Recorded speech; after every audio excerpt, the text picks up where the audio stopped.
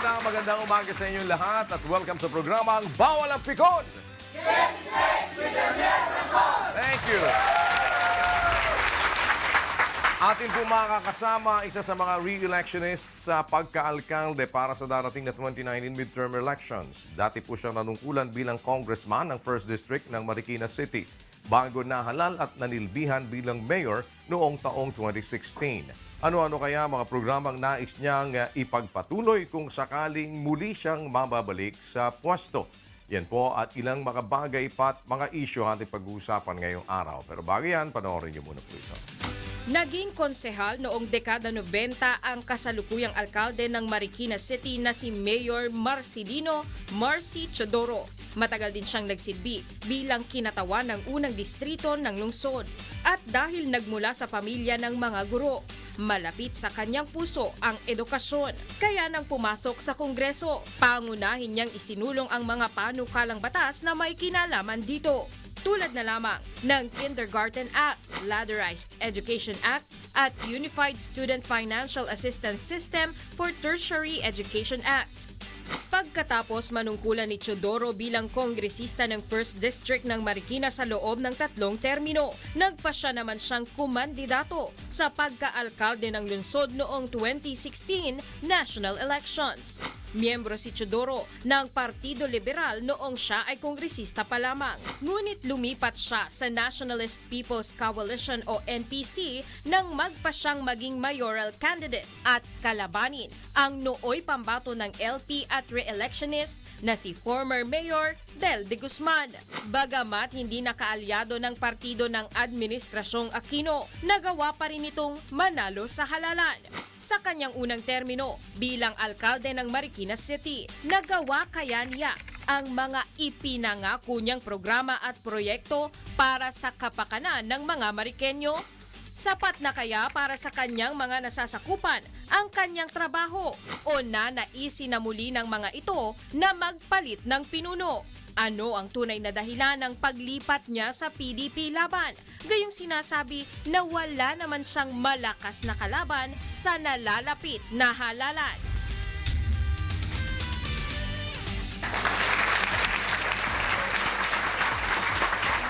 Kagaya po ng aming pinangako sa inyo, ito'y pagbibigay ng pagkakataon para sa atin po mga kumakandidato na inyong makilala at malaman nyo ang kani-kaniyang mga plataforma ng ibig po nating ilagay sa posisyon. Mas mainam ho na mabigyan namin kayo ng pagkakataon sila ikilatisin, marinig ninyo sila kung papanig ba sa inyong panglasa. Kung hindi naman, ay maaaring maghanap kayo ng ibang inyong maaaring isulat sa inyong mga balota. Pero para po naman sa araw na ito, bigyan natin ng pagkakataon sa ating programa na makilala ang ating panauhin at ano ba ang kanyang mga nagawa at mga nais na ipagpatuloy kung sakasakaling muli siyang papalarin. Let's welcome to the program 2019 Mayoral Candidate Marikina City Mayor Marcelino Marcy Teodoro. So, good morning po. Good morning. Welcome back. Have a seat, sir.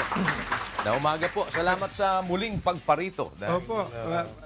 Maraming salamat din, Kuya Daniel. At natatandaan ko, unang buwan ko sa panunungkulan, narito po ako sa programa nyo. Oo. At yun ngayon ang aming sisya sa atin sa inyo. Dahil muli kayong kakandidato. Pero unahin ko lang po, let's get it straight. PDP laban po kayo.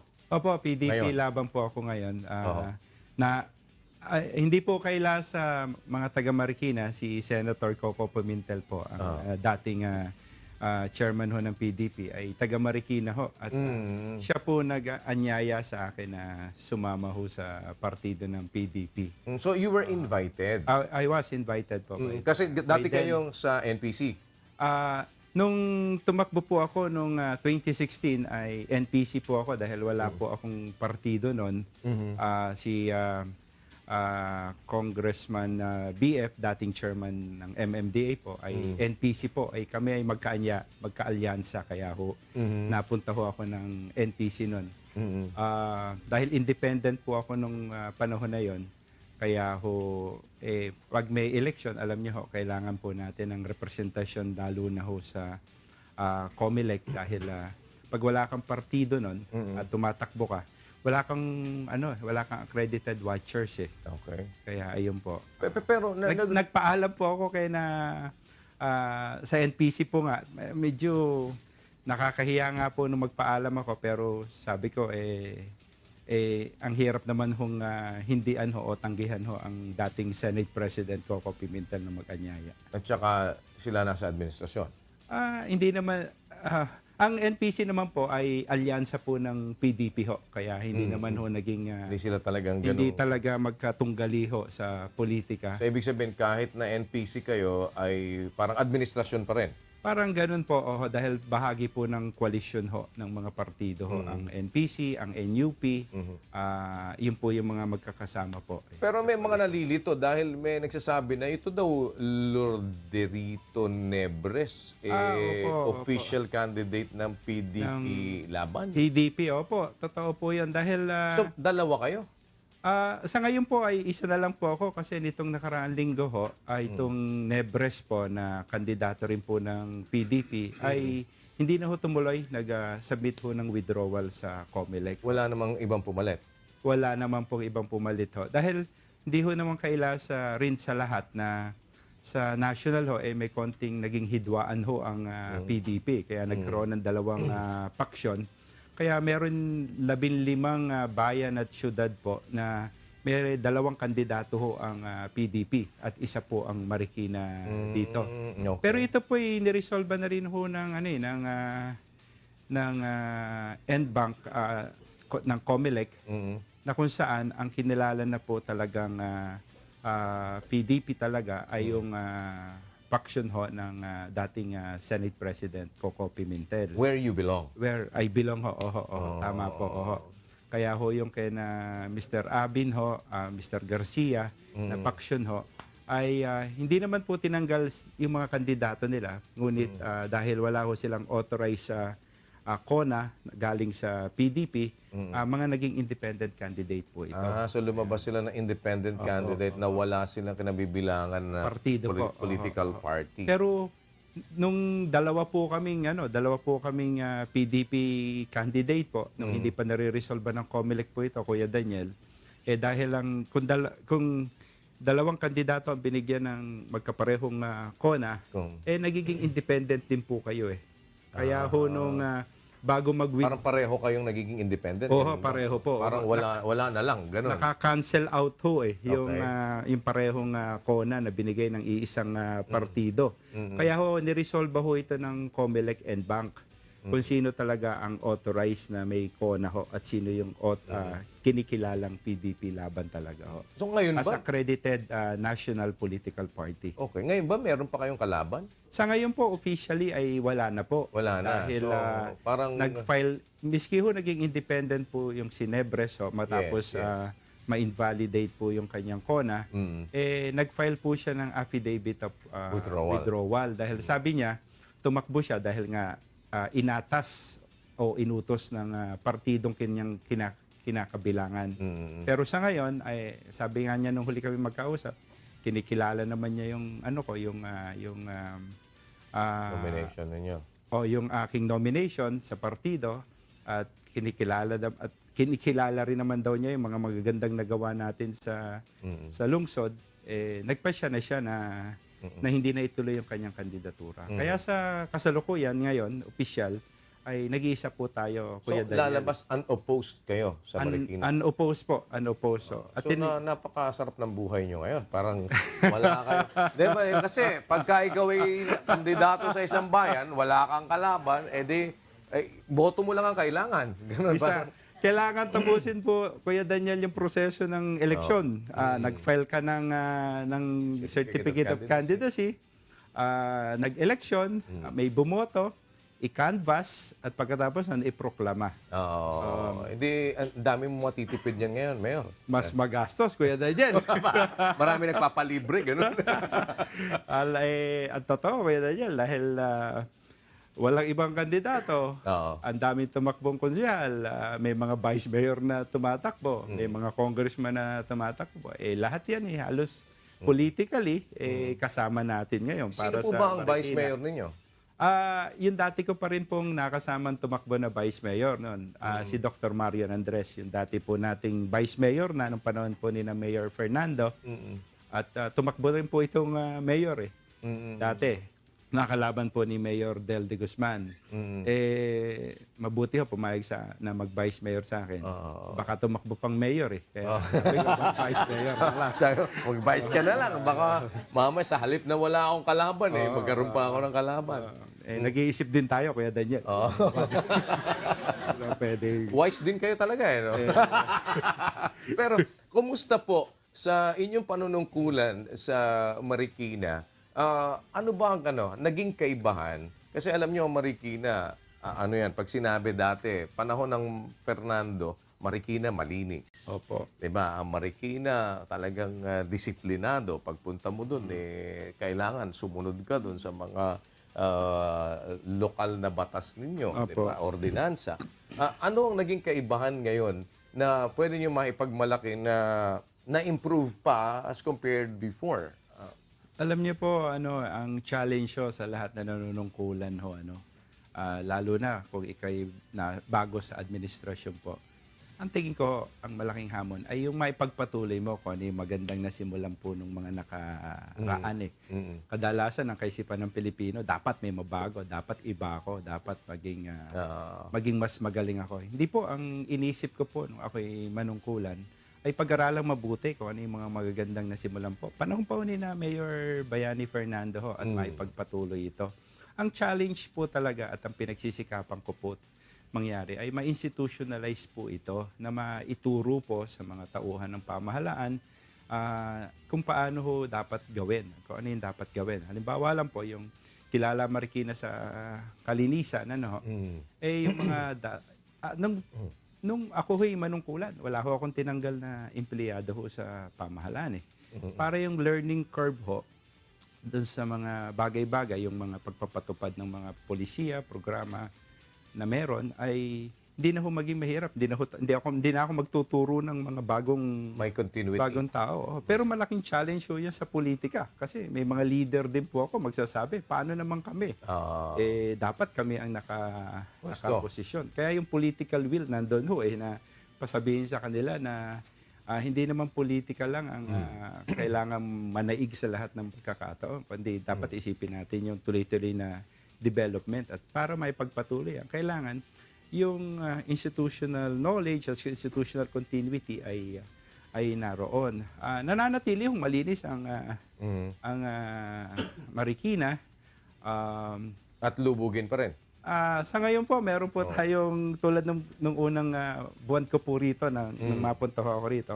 Meron po tayong slope protection Meron ho tayong dredging na ginawa sa Marikina River. Sa ngayon po, napapanatili na ho natin yung 100-meter width ng ilog ho ngayon.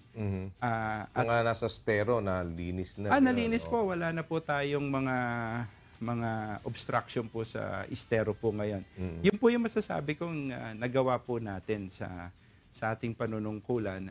Pero ito po yung sinimulan, matagal na po. Pinagpatuloy lang po So natin. hindi na masyadong basta lulubog na yun. Ganun ba? Hindi na po basta lumulubog. Kung marami man tayo nakikita po sa evacuation center, ito po'y bahagi na ho ng kahandaan natin Ang tawag ho natin doon ay mga preemptive evacuation po. Na pag nagsimulang tumataas at may narinig nila yung first at second warning, dahil doon sa pangatlong warning po natin, yung water level ho natin pag nasa 18 meter ho, ito po yung lumulubog na talaga yung mga ibang lugar ho. Pero ngayon, hindi na ho katulad dati na pag lumubog ang Marikina ay napakataas po, lagpas tao. Ngayon, hindi naman po. Mga kalahating taon na lang. Mga... Hindi naman po masyado. Pag maliit na tao, lubog. Baka hanggang bukong-bukong na lang. Pwede mga gano'n po, masasabi po natin. Pero ngayon ho, Pag nakaapak sa drum. pag nakaapak ho sa truck ho, 6x6. Hindi po. Pero ibig sabihin, Pero nakatulong na yung ngayong mga dredging na ginagawa. And it should be continuous yung dredging niyo. Dahil minsan, bumabalik Opo. Ang totoo, hindi lang naman ho dredge. Ang dredging po ginagawa, hindi lang po ito, Kuya Daniel, Silting. pinapalalim. Pinapalapad po yung daanan ng tubig. Okay. Para sa ganun, mag-increase po yung tinatawag na water carrying capacity ng river para hindi umapaw at pumunta sa mas mababang lugar. Pangalawa, kaya ho pinapalapad para makuha ho yung tamang lalim at tamang lapad para bumilis ho yung agos. Daloy ng tubig. Pag hindi ho bumilis ang agos, steady ho yan. Talagang aapaw at aapaw ho yan. Lalo, ang Marikina po kasi downstream community ho kung ano man nangyayari doon sa upstream. Mga ganun. Malakas ang ulan doon. Lalo na kung kalbo pa ho yung kabundukan doon sa itaas. Kaya ho yung reforestation, mahalaga ho yung Marikina watershed do, sa lugar, sa bundok ng Antipolo, Rizal. Yan ho, mahalaga hong mapangalagaan nga po. Kaya nakikipag-ugnayan din po kami sa DNR, Kuya Daniel. Oh. Ayun, ganun po yung ginawa ho doon sa dredging. Pero maliban po doon, kasi ang Marikina ho, floodplain talaga eh. Kaya ho ngayon, ang effort namin, ito, sisimulan na po di sa barangay ng Malanday, may gagawin pong malaking pumping station. Para ho, magkaroon muna ng isang retarding pond, Tapos itatapon. saka po itatapon ho yung tubig. Hindi lang ho dredging ho eh. Hindi lang ho yung slope protection. Mahalaga po yung pumping station, yung teknolohiya po ngayon.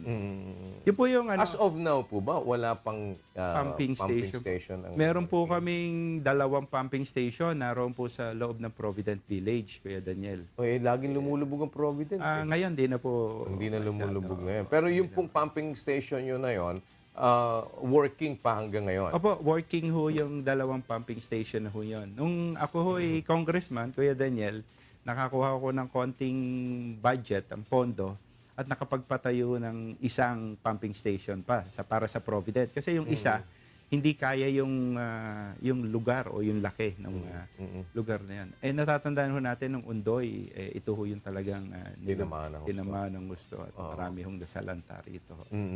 Kaya ito ho yung pinagtuunan natin ho ng pansin nun. Saan ba ang inyong assigned na evacuation center ngayon? Meron po bang tukoy na? Kasi kung minsan yan yung nagiging problema dahil yung evacuation center mo mismo tinatamaan din. Nag-identify na po ba kayo talaga ngayon ng specific sa Marikina? Conventionally, meron po tayo mga 13 evacuation center po na natukoy na po. Na hindi tinatamaan basta-basta? Hindi po ito nilulubog sa tubig baha. At maliban po doon sa tubig baha, Kuya Daniel, kausap kami ni Sir Jerry nung isang buwan na kwento ko sa kanya na meron kaming hazard mapping eh. Hindi rin ito, wala rin ito sa fault line. O kaya kung sakaling may paglindol na maganap, ito rin yung mga ligtas na lugar na po pwedeng puntahan. Well, isa po sa kung saan ay laging pinag-uusapan sa Marikina, yung industriya ng sapatos. Dahil matagal na po yan na alam naman natin, pag sinabing Marikina Shoes, Marikina, yung balita kong bata, Marikina Shoe Expo. Yan, nadidinig natin palagi. Pero unti-unti, tinatalo at namamatay dahil sa taas ng production cost. At alam naman natin yung mga imported shoes na dumadagsa dito sa atin, galing ng China, talagang nilalamo ng gusto yung ating local shoe industry. Kumusta na ho ngayon? Nakaka-recover pa ba tayo? Or talagang this is a dying business already sa Marikina? Hindi naman ho natin masabing nawawala o dying business. Pero nagkakaroon ho ng transformation po Kuya Daniel. Hindi na po tayo makapag-compete in terms of production. Kasi talagang mababa ang cost ng production sa ibang bansa. Lalo na yung mga taripa natin na wala pa. Kasi ito pa yung ASEAN Free Trade na kung saan meron tayong ASEAN integration, pumapasok din yung hindi lang yung mga nanggagaling sa Europa, Amerika na mga pati yung China narito. Ngayon narito po ASEAN pa itong integration na ginagawa ngayon. Kung mapapansin natin, Kuya Daniel, pati sa mga mall nagbabago na ngayon ang ayos ng mga mall Makikita mo mga iba-ibang brand na. Hindi lang galing yung Amerika, kundi galing ASEAN countries, yung mga kapitbahay nating meron pang meron nakapasok na nga dito pati yung mga sa South America, yung mga Brazilian products. Totoo. 'Di ba? Havaianas, mga pumasok na yung mga Melissa, 'di ba? Pasok na 'yan. Totoo. May niche kami Kuya Daniel na yung mga craftsmanship hindi mo pa rin tatalunin ang gawa ng Marikina. Matibay, may style, yung mga ganyan. Tapos meron din mga ibang merkado tayong nakikita ngayon na kung saan nagbubukas yung ating sapatos ng Marikina. Ito yung nakikita namin eh. Yung iba naman na taga Marikina na dating gumagawa pa rin sila para sa local market. Yung iba naman nag-i-import din, sila yung nagwe-warehouse at nagdi-distribution naman. Meron din namang mga imported brands, Kuya Daniel, na sinasubcon sa Marikina para doon gawin. Tuloy-tuloy naman yung pagpo-promote natin doon sa sapatos ng Marikina. Halimbawa lang na nakaraan linggo, kausap ko yung mga maliliit na magsasapatos. Ibig sabihin, siguro nakapag-produce sila ng mga 1,000 hanggang 2,000 pares. Yun yung mga medium, small and medium scale natin na manufacturer. Nag-uusap nga kami. Ang Department of Trade naman ay may collaboration tayo sa kanila. Sila nagsusupport ng mga technology, pati yung mga makina. Marami na rin sa mga sapatos natin sa Marikina ang nag-mechanize na rin eh. So nakaka-compete na rin sila kahit paano. Pangalawa, may isang lugar kami doon sa Marikina na dinidevelop ngayon sa tulong ng ating mga maliliit na magsasapatos. Parang isang shoe trade fair. Meron lumahok na kulang-kulang na 50 magsasapatos, magdi-display sila ron, magre-retail sila ron. Yung mga ibang galing sa ibang lugar, pwedeng bumili doon ng volume o bulk selling, pwede rin sila ron. So mga ganong effort. At meron din kaming tinatawag na shoe caravan na nag-iikot, Kuya Daniel, yung mga magsasapatos namin sa iba't ibang bayan, lalo na pag may mga trade fair sila. Oo, parang yung mga tiyanggi-tiyanggi. O tiyanggi-tiyanggi. Sa Davao, sister city namin ng Davao, kasi ang Mindanao isang malaking lugar pa rin dito sa Pilipinas na nakikita naming potential market pa rin ng sapatos ng Marikina. Ang Davao, tulad sa isang buwan ay pupunta kami para dun sa sisterhood namin on trade para mag-promote ng sapatos namin doon sa lugar na 'yan. Provincial markets, marami pa rin. Malakas pa rin. Ano bang ibang alternative ninyo? I mean, vis-a-vis the shoe industry, ano ba yung pwedeng iagapay pa ninyo from Marikina? Sa amin. Kuya Daniel, wala kaming natural resource tulad ng ibang lugar. Tourism sa Marikina naman ay very limited din. Meron lang kami yung Marikina River Park, pero kami isang maliit na heritage area doon sa lugar namin sa Marikina, yung Kapitan Moy area. Ang pinagbubuti namin is yung development ng human resource, Kuya Daniel. Sa unang taon ng pag-upo ko, kung matatandaan mo, nabanggit ko sa iyo, ang isang mga naipangako ko sa mga kababayan natin ay yung libreng college education mayroon kaming community college sa Marikina, yung pamantasan ng lungsod ng Marikina. Mayroong mga 6 hanggang 7 kurso tayong ino-offer dito sa healthcare, sa education, sa hotel and restaurant management, yung mga nasa service industry, ganyan. Meron kami ngayon sa kasalukuyan mga 10,000 kabataan na libre ang pag-aaral doon sa kolehiyo. Nakikita ko, Kuya Daniel, yun yung approach namin to anti-poverty. To capacitate a member of the family.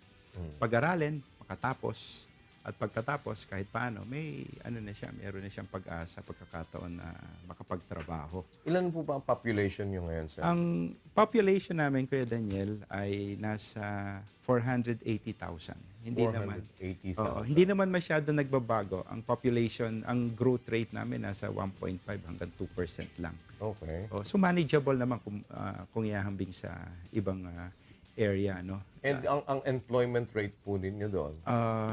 Ang huli naming nasa survey ay nasa 80% ang aming employment rate. Yung mga 20% lang ang unemployed? Pwedeng unemployed, pwede ring underemployed, o kaya nasa underground economy sila. Maring may trabaho pero nagtitinda sa palengke, o kaya ay yung mga driver ng mga public utility na walang permihang pinagdadrivean pero may extra. Yung mga ganon. Ang isang ginagawa namin, Kuya Daniel, kung matatanda mo, nung una ako mapunta rito, yung aming public infrastructure, to prop up yung local economy namin, ay nag-hire kami doon sa mga komunidad namin ng mga tao para gumawa ng infrastruktura namin. Meron kami ngayon siguro kulang-kulang 1,000 katao na hinahire kasi by administration yung ibang project namin eh. So, kung Okay, so 1,000 ang requirement na una-una, taga-Marikina ka taga-Marikina dapat. ka, oo. Tapos may skill ka. Ngayon, kung wala kang skill, meron naman kaming skills training na ginagawa. Alam mo, mason, karpintero, electrician. And you do that for free as well? Yes, of course. Opo. So, nagiging self-sustaining, Kuya Daniel. Tapos, itong aming mga senior high school din, ganun din. Meron kaming mga technical vocational courses na ino-offer. We capacitate them through education. Yun yung strategy na ginagawa namin. Yung mga umaalis sa Marikina, kumusta? Kasi parang yung iba, lalo na nung nagkaroon yung Undoy, may mga nagbenta ng bahay, merong mga... kasi nagkamurahan ng bahay nun dun eh. Totoo, Parang, Kuya Daniel. gusto mo, may malaking bahay dun, binebenta. Sabi sa akin, sabi ko, talaga, mura lang kuya, baka gusto mong bilhin. Malaki daw. At ano daw, ando na lahat ng gamit, may iiwan na. Siguro ano Pati lang. yung putek, Kuya Daniel, na Oo, iiwan. yung kasama. Kasama na. Kaya lang, yun nga, parang nagdadalawang isip naman. Dahil una, nalubog na sa baha, nasa fault line pa. Yung mga tipong gano'n. So, kumusta po yung umaalis? Paano bang nagiging sistema? Ano Kuya Daniel, ayan, tama yan, nangyari yan doon sa lugar ng Provident Village. Pero ngayon, Kuya Daniel, ang totoo, tumaas na ulit yung valor nung real property ron sa lugar na yun. Kuya Daniel, ang totoo, doon sa Provident Village dati, magre-repair kami. Una, ginawa namin yung mga drainage ulit. Yung mga tinatawag nating drainage outfall. Okay. O outfall drainage. Nilakihan natin yung labasan ng tubig papunta doon sa ilog. Yung volume capacity ng mga drainage natin, in-increase natin. Niredesign, saka nilakihan natin ulit yung mga major drainages natin. Kasi yung new normal ngayon, Kuya Daniel, yung buhos ng ulan, iba na eh. Walang signal, pero habagat lang. Pero nakita mo yung dami ng tubig na binubuhos. Ano? So, iyan, kinonsider na namin yung factor na yan. Meron kasi kaming ginagamit na pansukat do sa sa volume ng tubig. Merong mga rain collector kami. Tapos historically inaano namin yan, yung data pinag-aaralan. So pag-design ng drainage, kung mapapansin ng mga kababayan natin sa Marikina, may mga drainage tayo dating maliliit na nilalakihan natin para maiwasan yung mabilis na pag-apaw ng baha. Miski doon sa paligid ng City Hall. Yung iba nagbalikan na sa Marikina. Tapos marami rin namang bumibili ngayon din ng property sa Marikina. Ang totoo, Kuya Daniel, tumaas yung presyo ng halaga ng lupa ngayon sa Marikina.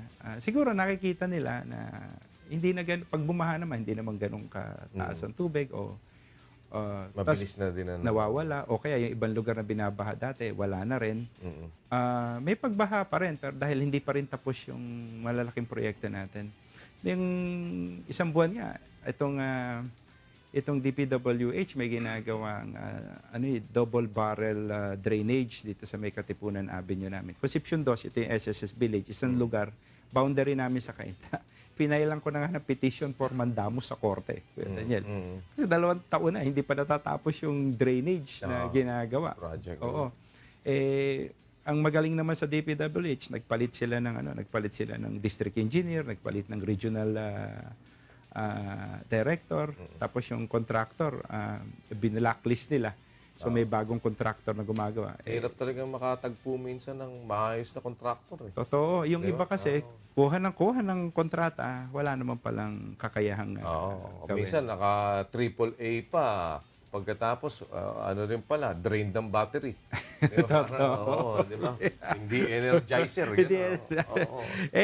Ako naman, ginawa ko na, napilitan na ako mag-file ng mandamos sa korte dahil ko takot-takot na sulat na ginawa ko, takot-takot na pag-usap, wala pa rin.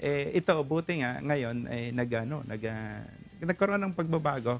At inaasa ko, matatapos na rin, mabubuksan na rin yung kalsadang. So, nagpalit na kayo ng contractor, ganun ba? O Ang sila pa rin? DPWH ang nagpalit. Kasi project ito ng DPWH, hindi naman project ng Malapit ko na lokal. rin gawin yan. Padala naman damos yung contractor ko eh. Malapit ko na rin pangalanan eh. Marami na rin. Nakukonsumi na rin ako eh. Pero Pero anong major accomplishment ninyo na pwedeng sabihin na, eto, kailangan kong ipagpatuloy talaga to dahil una-una, wala kayong choice, wala akong kalaban. Pangalawa, marami kayong inumpisahan na gusto ninyong talagang matapos. yung Kuya Daniel, free tertiary education, yung libreng matrikula namin sa kolehiyo. Matrikula lang ba yan, Mayor? Matricula and miscellaneous basically. So, wag pumasok ka naman, wala ka na namang ibang aalalahanin, kundi yung mag-aral ka. Libre matrikula, ang ibig sabihin, na-improve namin yung access to education. Dahil yung isang pangunahing problema, una, nagtayo kami ng paaralan. Yun yung access physical una Kuya Daniel. Pangalawa, So, nadagdagan na ang mga schools nyo. Policy. Yun, kung may matrikula, kahirapan. Yun ang nagiging dahilan. Walang pambayad. Magkano ang daily wage natin ngayon, di ba? Hindi naman sapat sapat lang pang araw-araw, di ba? So, pero pangalawa, ini-improve namin yung quality of education. Hindi naman ibig sabihin pag libre ay wala nang kalidad. Kaya nag-hire kami ngayon ng mas magagaling na teacher, yung tinatawag na vertically aligned do sa kursong tinuturo nila. Ibig sabihin ng vertically aligned, Kuya Daniel, yung pinag-aralan niya sa kolehiyo ay yung kursong tinuturo niya. Nag-masteral siya, nag-PhD siya do sa kursong tinuturo niya. Hindi po pwedeng Alam niya yung tinuturo niya. alam niya. Alam mo, Kuya Daniel, inabutan ko nga yung kolehiyo yun. Nagtuturo ng business administration, PE pala yung natapos nung... di ba? Ano mangyayari sa galon? Kasi kaya nga kami noon, nireklamo ko yung bakit hindi practitioner yung professor mo, halimbawa, na hindi ka matututo nung dapat na matutunan mo. Kasi ang layo, sabi nyo nga, di ba, ang tinapos mo, physical education, ang tinuturo mo, iba doon sa tinapos mo. Biski sa mga biski sa mga senior high school namin, sa basic education, ganun din. Nagtuturo ng nagtuturo ng science, graduate ng technology and livelihood education. So hindi tama. So sabi ko, kung science ang tinuturo mo, dapat science major ka, ganun. May kasanayan. Kasi yun ang tingin ko, hindi lang access to education ang dapat matiyak Proper mentoring din. Yung kalidad. Kasi yung kaalaman saka yung kasanayan na lang ang panlaban ng mga Pilipino sa kahirapan. So ngayon po ay parang nag-realign na kayo dyan sa na yan. So yun yung 2 reforms na ginagawa namin. Ang third reform namin is to make that first 2 reforms sustainable. Yung financial stability ngayon o sustainability ngayon ng pamantasan namin. Kasi kung wala namang budget na takma, kaya kumuha ako sa konseho ng ordinansa na every year may automatic appropriation sila. Percentage of the budget will go to free college education. Yun yung sinasabi ko, Kuya Daniel, na ini-institutionalize ko Para dun later sa sistema. yung mga magsusunod pang generasyon ng manunungkulan. Wala ako, naroon na. Papakinabangan na ng mga susunod. Maliban doon sa sinabi ko kanina, Kuya Daniel, na yung kaayusan, kalinisan, institutionalized naman ngayon yun sa Marikina.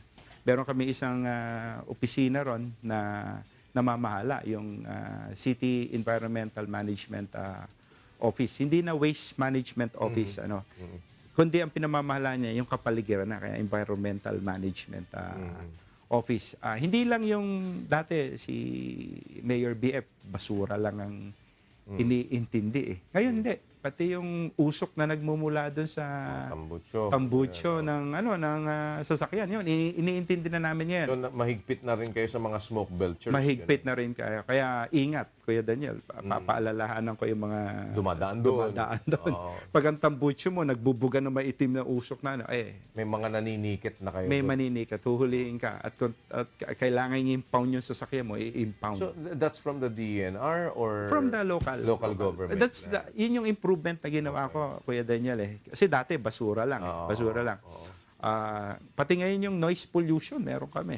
So, bawal sa inyo open muffler? Bawal na bawal, Kuya Daniel. At meron kaming tinatawag doon na panopticon principle, Kuya Daniel. Nanguhuli kami, hindi lang oras ng opisina.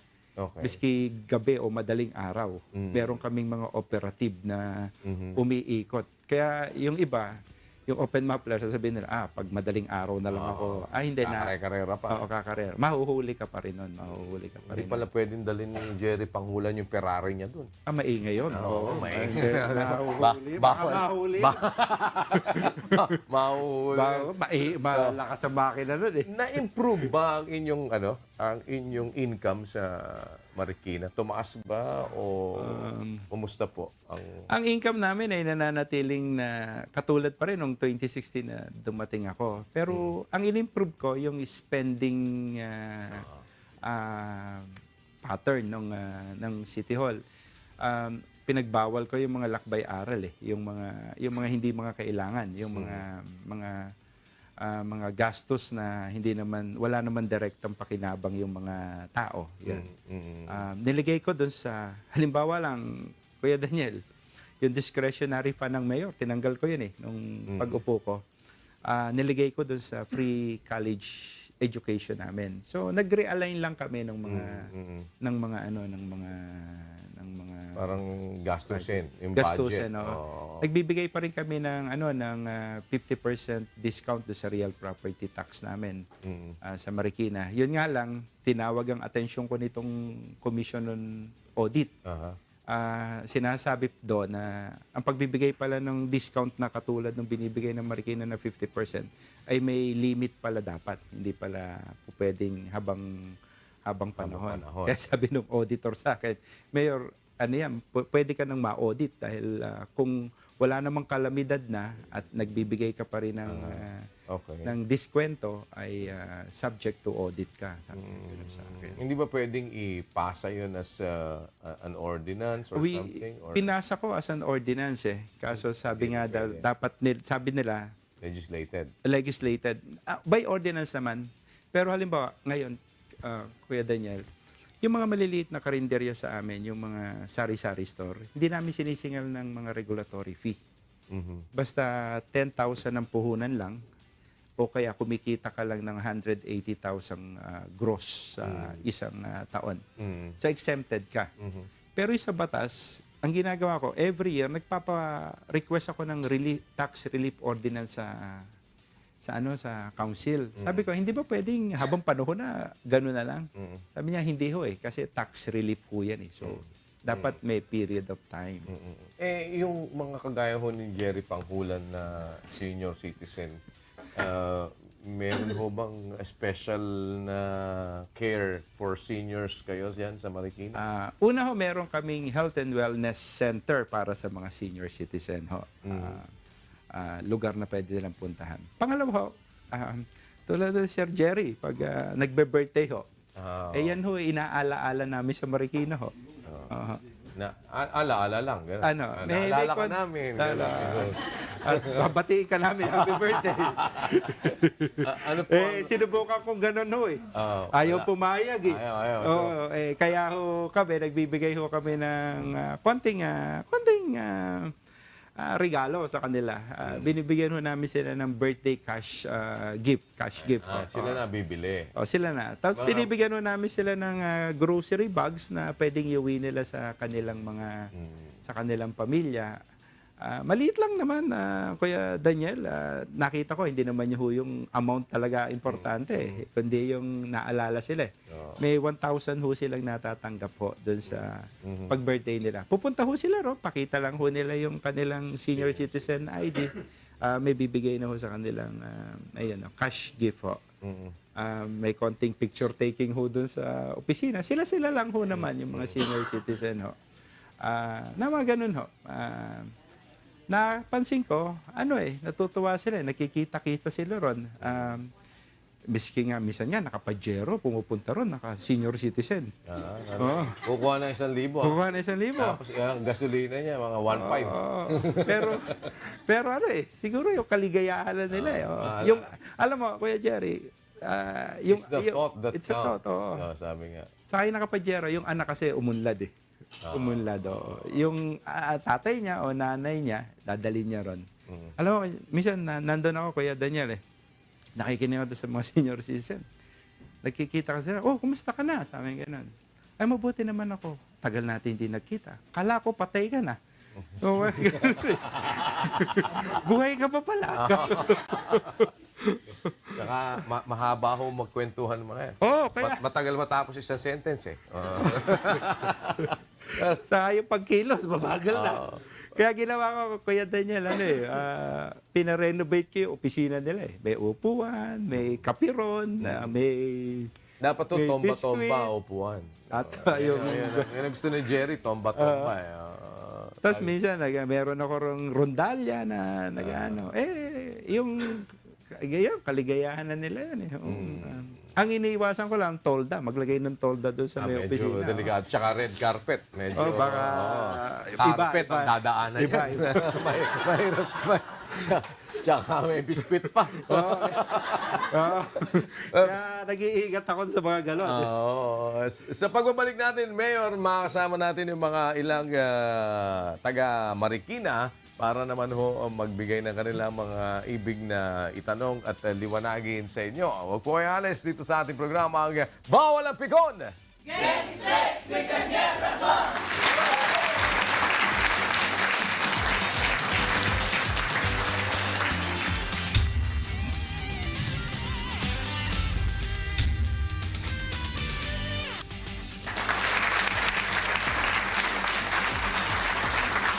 Babalik po ang programa ang Bawal ang Pikon!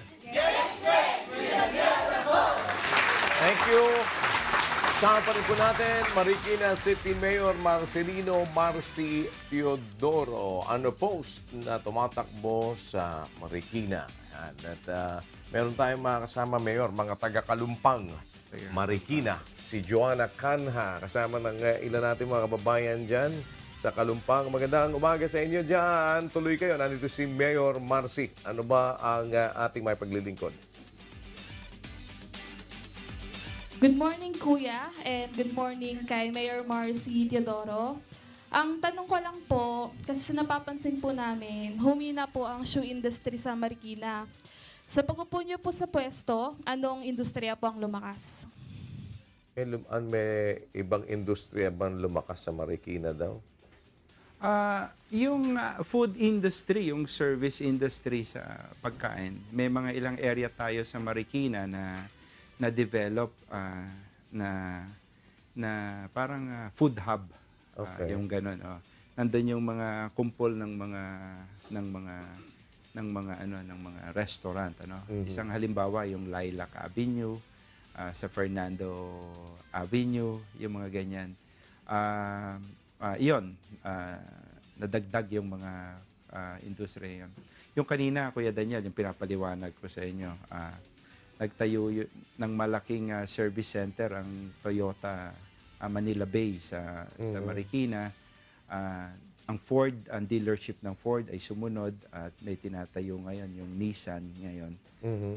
Ang merkado, hindi lang naman Marikina kasi, kundi pati yung silangang bahagi ng Rizal, itong Antipolo, San Mateo, Montalban, yung sapatos sinisikap nating mapalakas pa rin at makapaggawa.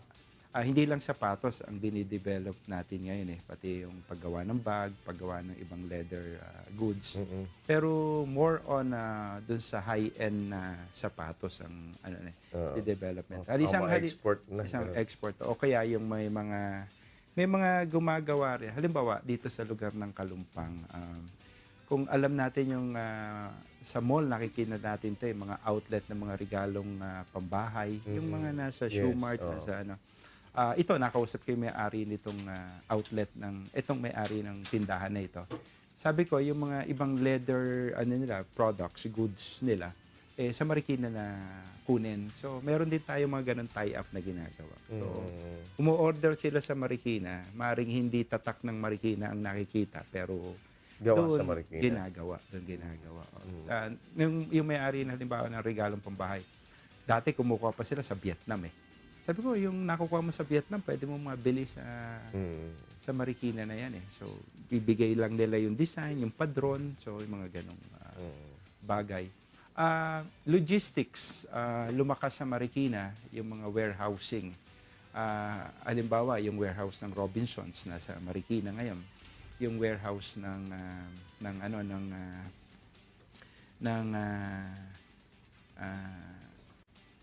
Shoe Mart nasa Marikina. Yung cold storage ng Pure Gold, yung logistics ng McDonald's Philippines, yung Havi nasa Marikina. So, yung mga sinusupply ng mga patty, mga ingredients sa mga McDonald's outlets nationwide nanggagaling sa Marikina. That's a good indicator kasi pati yung mga, let's say, kaya sinasabi nyo, Toyota, yung mga kung hindi magandang indicator yun, imagine with parang risk na baka bumaha, baka ganito, pero doon pa rin sila naglalagay. Totoo. Ibig sabihin, meron silang nakikita ang advantage. May nararamdaman, nakikita sila, oo. Saka may ease of doing business tayo ngayon sa Marikina, Kuya Daniel. Okay. May one-stop shop tayo. Magninegosyo ka, iniiwasan na rin may no contact policy rin tayo doon sa sasubmit mo yung iyong application o kaya pwede rin online mag-apply ka. Baka makukuha mo yung lisensya mo mabilis. Pati yung pagbabayad sa mga barangay, hindi ka na kailangan pang pumunta sa barangay, doon lang sa City Hall kapag bayad ka na. Yung mga ganon ginagawa natin to. Sinusubukan natin to. So may mga, yun nga, yung mga nabanggit ko kanina, may mga ganitong negosyo ngayon. Logistics dati wala sa Marikina, hindi natin nakikita to. Yung Japan Tobacco, na dati ang Fortune Tobacco lang ang inaasahan natin. Ang warehouse ng Japan Tobacco ngayon ay nasa Marikina na rin. Naroon sa lumang lugar ng Manila-based spinning mills. May mga dating factory o manufacturing areas na nako-convert ngayon as logistic hub. Yung Metro Pacific, yung logistic ni Manny Pangilinan, lumipat ngayon sa Marikina. Sa mga taga-Kalumpang, alam natin dati yung Pure Foods, nasa Marikina dati yan eh. Umalis nung magkaroon ng Undoy. Ngayon, pabalik na sila para Pure Food. Hormel, yung San Miguel kasi ang Pure Foods under ng San Miguel Products. Ngayon, sinisimulan nilang ayusin yung lumang planta nila dito sa boundary ng San Roque at ng Kalumpang. Ito yung nasa tabing ilog eh. Siguro nakita nila na unti-unti nang naayos yung lugar. Kaya babalik sila. Siguro loob ng isang taon, ngayong taon, ay magiging operational na ulit yung dating Pure Foods. And then that will also mean additional jobs. Trabaho, income. Meron din isang malaking hotel na gagawin dito sa may Midtown, sa may Marcos Highway, tapat ng Santa Lucia. 4-star hotel ito. Talagang kinausap ko rin yung investor dito na magtayo ng isang hotel para kahit paano yung mga taga Marikina may mapasukan din na trabaho. Ilang star hotel to, Mayor? 4-star. 4-star. Okay na yan. Hindi motel. 4-star. Bawal. Ayoko ng motel sa Marikina eh. Naging hindi Hotel. kasi magandang nung motel no? Oo. Dapat sa Amerika, sa ibang mga countries, yung motel talagang motorist yon, talagang parang gano'n. Dito sa atin, Pag nagbibiyahe ka na malayo, doon ka Naiba ngayon ang magpapalipas ng konsepto gabi. dito, Hindi. Jerry kasi. Nawala. Salamat po. Puntahan natin ang mga taga-Parang. Salamat po. Mga taga-Parang, Marikina. Magandang umaga sa inyo dyan. Si Jolan Evaristo. Magandang umaga po. Andito si Mayor Marcy. Magandang umaga po sa inyo, mga taga-Parang. Magandang umaga po, Kuya. Magandang umaga po, Mayor. Ang tanong ko po regarding po ito sa addressing ng baha sa Marikina. Pwede po bang gawing specific area ang pag-forecast ng baha sa Marikina? Pag bumabaha po kasi, di naman bumabaha sa buong lungsod. Halimbawa po, sukat ng water level sa Marikina River, doon lang naman po yung ang nakaano sa camera. Pero nababanggit po minsan yung Marikina, sana po pag address po sana sa tulay lang po na may sukatan. Parang hindi naman lahat nadadamay. Totoo po, Oo. damay ang lahat eh. Parang, ba't di naman kami kasali doon? Parang gano'n. Totoo. Marikina na nabubuo na. Totoo po, may mga flood prone talaga po tayo. Tama po sila, Kuya Daniel. Hindi naman po buong Marikina ang bumaba. Halimbawa, pag tumaas ho yung tubig doon sa may Marikina Bridge, ang binabaha ho dyan kadalasan yung lugar ho ng Balubad. Hindi pa ho buong barangay ho. Yung Balubad, isang area lang ho yun sa barangay ng Nangkaho eh. Yung Tumana, hindi rin naman ho yung buong Tumana ho. Yung mga malapit lang ho sa ilog, kadalasan ho. Yan ho, yung mga Doña Petra, yan ho binabaha po. Iwahig, yan po. Yung mga lugar po yan. Kaya ako, pag ini-interview ko sa television ho, ganun ho ang paliwanag ko eh. Pero minsan kasi magtatanong na report, pag sinama ray sunong reporter eh. Marikina. Ang Marikina ay lubog na sa baha, ganyan ho. Hindi ko kasalanan ng Mayor eh. Dapat pala nire-reiterate lagi. yan, ano? Dapat sabihin ng mga report. UNTV lang ho, tama report eh. Dahil pagka hindi, malulunod sila sa baha. Oo. Pagka mali ang report, sabi ni Jerry Panghulan, dapat dyan ay bahain! sa barangay Santa Elena, Marikina po tayo. Santa Elena naman tayo. Si Barangay Chairman Enard Bernardo. Magandang umaga po sa inyo dyan, Chairman. Kakampi ba kayo ni Mayor o kalaban? Kaya kabago ako dyan ah. Good morning po, Kuya Daniel. Good morning, Mayor. Ang tanong ko po, kung kayo po ay muling maihalal bilang Mayor, Wala ka bukod ng po choice. sa mga programang inyong nagginawa, ano po sa tingin ninyo ang programang nais nyo pong ma-improve at matutukan sa bayan ng Marikina? Yung ma-improve naman pala lang at saka matutukan pa. Si Kapitan parang hindi nakikinig sa akin pag nag-meeting. Palagay ko, Alam naman eh. palagay ko hindi mo kaalyado. Alam naman kung ano yung ginagawa eh. Para daw maiparinig mo sa mga hindi nakakaalam. Ako yan itong panahon na to, Kuya Daniel, sabi ko nga sa kanila, dapat hindi lang mayor ang nagtatrabaho. Hindi lang City Hall lang gumagawa. Dapat lahat, pati mga barangay, pati mga samahan sa mga komunidad. Sabi ko nga sa kanila, ang hamon sa amin ngayon, halimbawa, ngayong nag-budget kami sa City Hall, pati yung mga barangay dapat nakasynchronize yung budget sa City Hall. Halimbawa, kung meron kaming gagawing isang malaking drainage, dapat yung mga maliliit na drainage na dudugtong, yung mga barangay drainage, ay nakadugtong doon sa planong yon. O kaya meron kaming ginagawa ngayon, Kuya Daniel. Gusto namin kasi magkaroon ng maraming mga palaruan saka mga open area, parke sa Marikina. Kasi yun ang kulang sa Metro Manila, Kuya Daniel. Correct. Yung lumabas ka ng bahay mo, gusto mong igala ang anak mo, kasama pamilya mo, magbabanding kayo.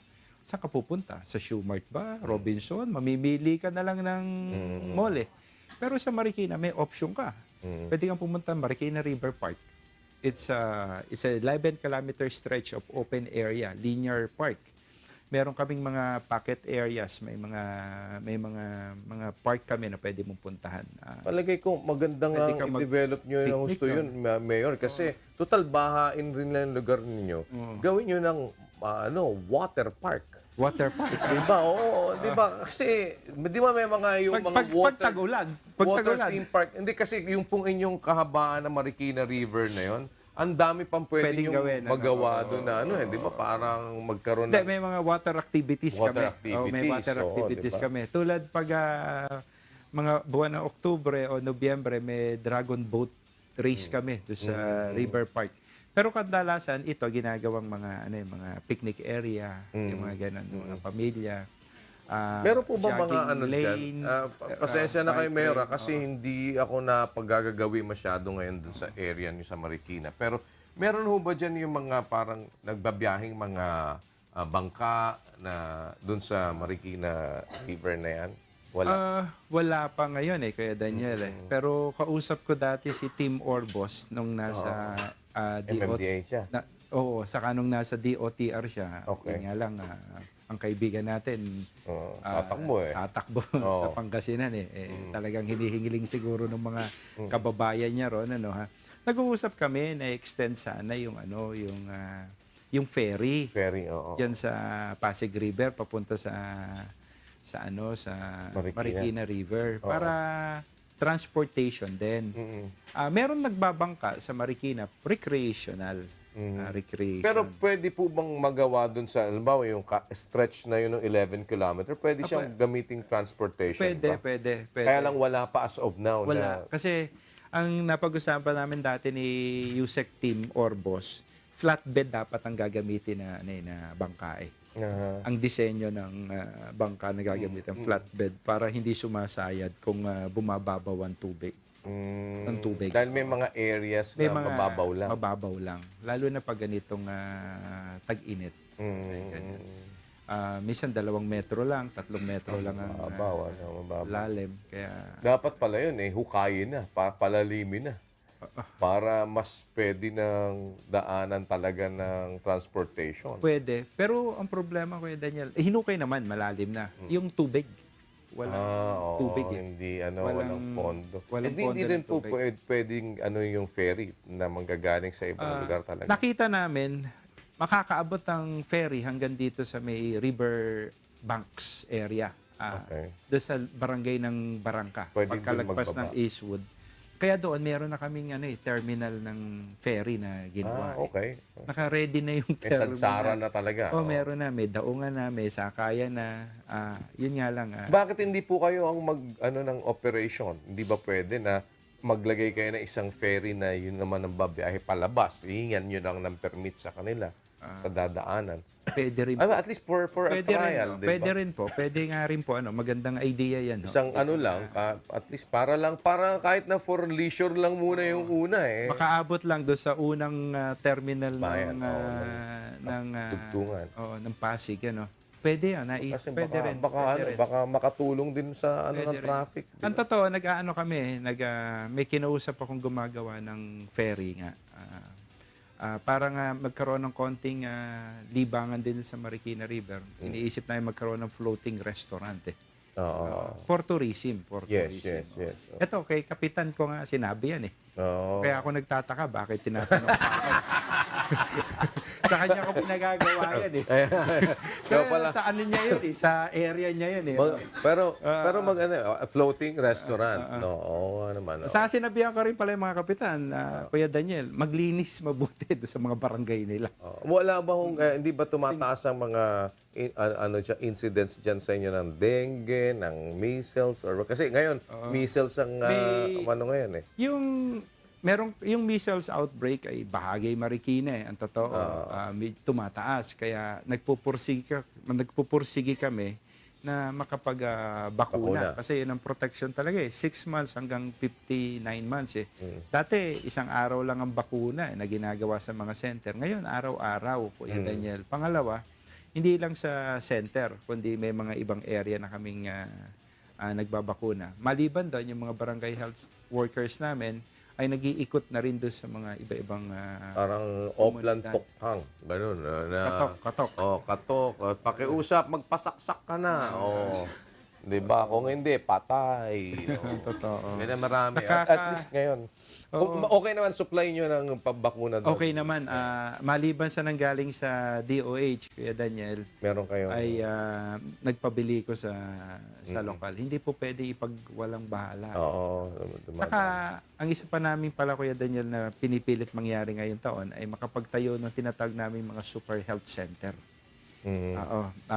May doktor, hindi lang isa dapat. Mayroong espesyalista rin dapat eh. Kasi yun ang mahirap eh, mga kababayan natin eh. Yung kinikita, maliit na, pero nagagawa niya ng paraan yan eh, na ibabudget niya. Ang napakahirap yung Pag may nagkakasakit. magkasakit sa May mga diagnostics ba kayo doon, Mayor, na libre? Sa ngayon, meron ilan pa lang doon sa City Health Office. Pero magtatayo tayo, Kuya Daniel, sa Marikina nung Super Health Center. Meron yung parang polyclinic sa Amerika, yung malalaking center na ang floor area nasa 1,000 hanggang 1,500 square meters. May 4 o 5 tayong area na tinatayuan sa kasalukuyan. Ano po Nalalagyan ilalagay ng- doon? Yun, doctor for consultation, diagnostic. Diagnostic. Oo, may konting x-ray machine man lang, 2D echo, MRI, mga ganun. Oo. Pagkatapos nun, Na libre yun. na libre. Kadalasan yun ang hindi libre at Kasi mahal. yung pagka naka-check up na, sabihin ng doktor na nag-check up, o libre yung check up mo, kaya na kailangan mo na x-ray. Totoo. Eh, wala Doon rin naman pang na. Yun ang libre. Tapos, pharmacy na kung saan dispense ng gamot. Libreng gamot din. Libreng gamot din. Oo. Ang pinapangarap ko nga sa Marikina, yung gamot dapat na i-deliver doon sa, lalo na yung mga maintenance sa mga Yes. senior citizen. Oo. Si tulad Sir Jerry, yung Oo, ganun. dapat maintenance. Oo, maintenance. Kailangan na yan, no? Kaso puro kasi Bravo tinitira. Pero ngayon, maganda ang ano po ninyo, maganda yung supply ninyo ng free medicine doon. Meron ba kayo? Nakakahingi ba sila? Nakakahingi pero nakikita ko kulang. Lalo na doon sa mga maintenance. Yan ang mahirap eh, yung mga pang-maintenance sa diabetes, Sa high blood. high blood, yung mga ganon. Ako ang pinapaaral ko ngayon yung pangangailangan sa gamot eh. Hindi lang yun doon sa nagpupunta doon sa center, kundi yung sa kabuuan. Kasi tingin ko kailangan yung bakuna talaga, yung vaccination sa mga maliliit na bata, yung supplement, yung habang maliit pa, yung hanggang bago pagkapanganak hanggang 6 na buwan, mahalaga kasi raw yung mabigyan ng tamang tamang vaccination saka yung mga tamang supplement. Supplements. So, ayun, yung mga bata, tapos yung matatanda. Kasi yung productive years naman, tingin ko, kaya naman nilang sustinahan yung gamot. Well, wish you good luck, Mayor, and sana po ay makapagpatuloy kayo ng maayos na panunungkulan sa Marikina. And we Salamat hope po. na kayo ay magpapatuloy dun sa mga nasimulan na ninyo noong una pa na ginagawa. May mga reactions tayo from FB. May 213 na nag-like. May 93 na nag-love.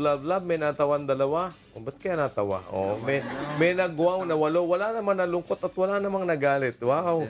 Ano record, ha?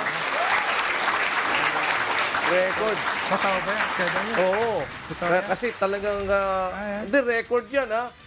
Lagi dito merong nagagalit eh. Either yung kalaban sa politika, either yung ganyan. O kasi unopposed ka kaya wala nagalit. Oh. Nagtataka ako, ano kaya yung love? Kuya? Hindi. Ayan, palagay ko yan eh. Yung mga ex mo yan. Nag-love. Dami, 93. 93. Palagay ko, bagay eh. Malayo-layo pang lakbayin ito, Mayor, sa iyong panunungkulan, and we do hope na yun nga, maganda yung ferry na yan, ha? Baka sakaling Salamat doon sa idea. Hindi. baka sakali pong kasi nakita ko nga yung water ninyo doon, baka pwedeng ang sa halip na kinakatakutan di ba? Maging maging ang ginagawa namin, Kuya Daniel, yung mga tao gusto namin makalapit doon sa ilog. maranasan niya. Baka Hindi, malunod. hindi. Hindi, yung Para na. meron daw area nakakapangisda ka. Oo. May isda pa. Meron, buhay yung ilog, Daniel. Kasi meron kami sewage treatment plant eh. Okay. STP, 100 Ano million po ba? cubic. Kumusta ang visibility ng ilog nyo? Ano, ang sabi ng DNR is, ano yan eh, parang 60% biologically alive yung ilog namin. Kaya nakaka-sustain ng ng buhay. buhay na yung may halaman, mayroong isda. So, hindi mataas ang coliform, Ay, hindi. na kagaya Wala. ng sa Manila Bay. Ang wastewater namin natitreat bago itapon dun So, sa dapat ilog. lahat ng mga sewerage, merong Meron kaming 100 million cubic na nagtitreat ng wastewater. This is proyekto ng city at ng Manila Water. Yung gagawin nila, kung narinig niyo kayo Daniel, yung gagawin ng Manila Water sa ibang bayan, 15 bayan. Nauna na Marikina doon eh. May 3 years ago Ganda yan. Okay, maraming salamat po sa pagparito. And good luck sa inyo at pati na din sa mga proyekto at kami rin makikitay up sa inyo sa mga rescue natin para Kuya makatulong Daniel, yung din po. rescue summit natin Doon natin gagawin sa Marikina. Marikina, oo. Yung rescue summit natin na dadating sa Marikina City tayo dahil meron tayo ngayong gagawin na pag-ensayo ulit at isang parang ng mga gathering ng mga rescuers. Yan. May mga static display tayo Yes. ng mga equipment doon. Yan. Salamat po sa inyong pagparito, Marikina City Mayor Marcelino Marcy Teodoro, dito lamang sa programang Bawal ang Pikon. Thank you po.